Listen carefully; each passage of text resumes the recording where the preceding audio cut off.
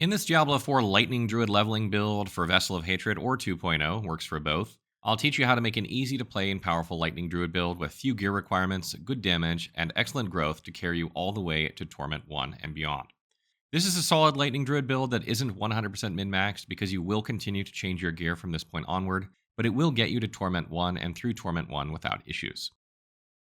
The Stormcrow is a Diablo 4 Druid build that takes advantage of the buff to Cataclysm's damage, makes use of its 5 skill points investment for even more damage and cooldown, along with a couple of new legendary aspects that absolutely crank it to the next level, and Druid passives that make reducing your ultimate's cooldown rather easy.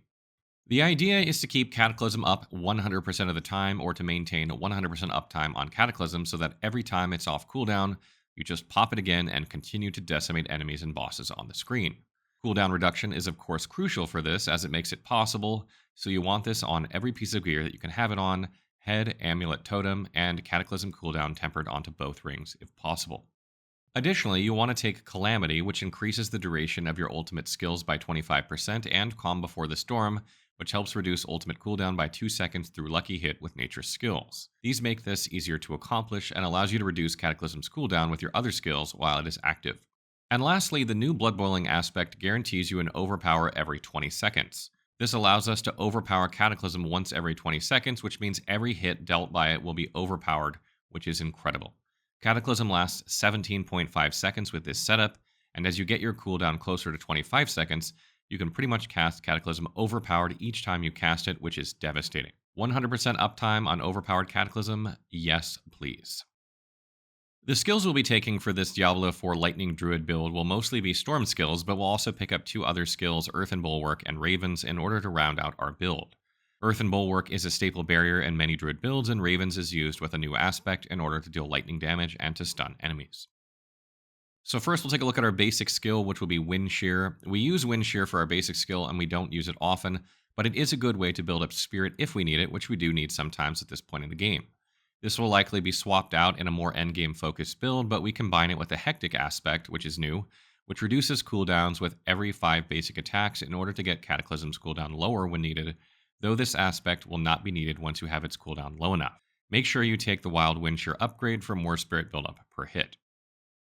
Next is Lightning Storm. Lightning Storm is our go-to core skill for when we have enemies grouped up or just when we have Spirit to burn. You won't need it all that often, but it will help burn down packs of elites and bosses while Cataclysm is running, so get used to using it. Alternate with Wind Shear when you need resources so you can keep casting. Which upgrade you choose is not super important at this point of the game. Next is Earthen Bulwark. Earthen Bulwark is our barrier against damage and also works to get us out of crowd control since it grants Unstoppable when taking the enhanced Earthen Bulwark upgrade. You can use Aspect of Mending Stone to increase its duration if you wish, or use Earthguard Aspect to increase its potency, or both if you need them. Either upgrade is fine to take with this skill. Next we have Ravens, which we use for lightning damage with the new Stormcrow's aspect, and also and more importantly for the stun. This allows us some crowd control that we can cast at range rather than having to be up close and personal with Poison Creeper, keeping us out of harm's way. Often you'll use this to CC enemies trying to kill you while waiting for Cataclysm to come off cooldown when your cooldown reduction isn't high enough. And it can save your life. Which upgrade you take isn't super important. Up next is Hurricane. Hurricane is another storm skill we use to try to trigger Calm Before the Storm while Cataclysm is running. It deals a bit of physical damage, and it reduces the damage enemies deal that are hit by 20% when taking the Savage Hurricane upgrade, helping to keep us alive. Use this pretty much every time it's off cooldown as long as there's something nearby to hit. And of course we have Cataclysm. This is our ultimate skill, and you should know the drill by this point with it. It throws out lightning bolts and tornadoes all over the screen for 17.5 seconds when fully upgraded and using Calamity, and its damage was buffed with the Vessel of Hatred update. This is the main source of damage for this build, and we lean into it as much as we can. If you want to see the exact distribution of all skill points, you can see this at the end of the video. When it comes to Spirit boons in this Druid leveling build, I have Wariness for less damage from elites, which almost becomes mandatory as you get to harder difficulties.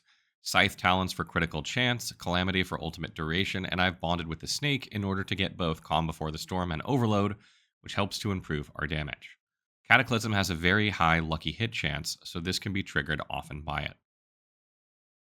Next, we'll take a look at legendary aspects, affixes, and equipment. Equipment is the most part of any Diablo 4 build, but because it's random, it should not stop your leveling build from being able to progress through content. With this specific druid build, the skill distribution is powerful and you can be very unoptimized and progress, but you can look at the gear recommendations to see what you should be aiming for. Try to use legendary aspects to adjust your needs while you farm levels and better gear. In general, you should not bother tempering items until around level 60, when you'll get item power 750 items that will be your default for a while. My current Lightning Druid build is making use of 2 unique items that I got really early on, but this build will work just fine without them, and I mainly use them for their cooldown reduction because I was struggling to find legendary items with them on it. These are Godslayer Crown and Erida's Inexorable Will. You can replace these with a helm with cooldown reduction and any ring with a tempered Cataclysm cooldown reduction, and it will come out the same. However, these uniques do pull enemies together, which allows for all your dancing bolts to hit everything easily, and it pulls enemies automatically, so you don't even have to do anything, which is great, so you should be on the lookout for these in your travels. As a general note, try to prioritize cooldown reduction, willpower, lucky hit chance, and critical strike chance. Cooldown is needed for Cataclysm, willpower for damage, lucky hit to help trigger cooldown reduction from Calm Before the Storm, as well as extra damage from Overload and Overcharged Aspect. Critical strike chance boosts damage and also helps to trigger the Runeworker's aspect. So for Helm, you're either going to use the Godslayer Crown unique or the Earthguard aspect. You want to be on the lookout for cooldown reduction, which is priority on the helmet. +3 to Ravens is also nice.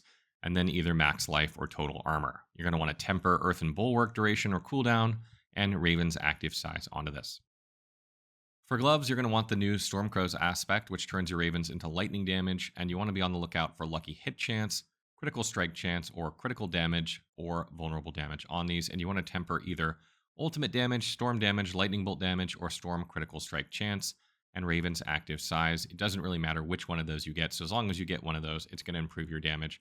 We're not trying to perfectly optimize at this point, you just want to make sure you're increasing your damage. For chest, we're using the new Hectic aspect, and here you want to look for ranks to Earthen Bulwark, either max life or total armor and willpower, and again, you want to temper Earthen Bulwark duration or cooldown and Raven's active size. For legs, you want aspect of the Protector, and you want to be on the lookout for maximum life, total armor, and willpower, and you want to temper here Earthen Bulwark duration or cooldown and hurricane size. For boots, we're using the Windbolt aspect, which pulls in distant enemies to you and increases your damage against them periodically, and you want to look for movement speed, willpower, maximum life, and then temper movement speed and hurricane size. For weapon, you want a one-handed sword or one-handed mace, and you're going to use the new Blood Boiling aspect. For affixes, you want willpower, maximum life, and critical strike damage or vulnerable damage, and you want to temper chance for Cataclysm to deal double damage, and either ultimate damage, storm damage, lightning bolt damage, or storm critical strike chance.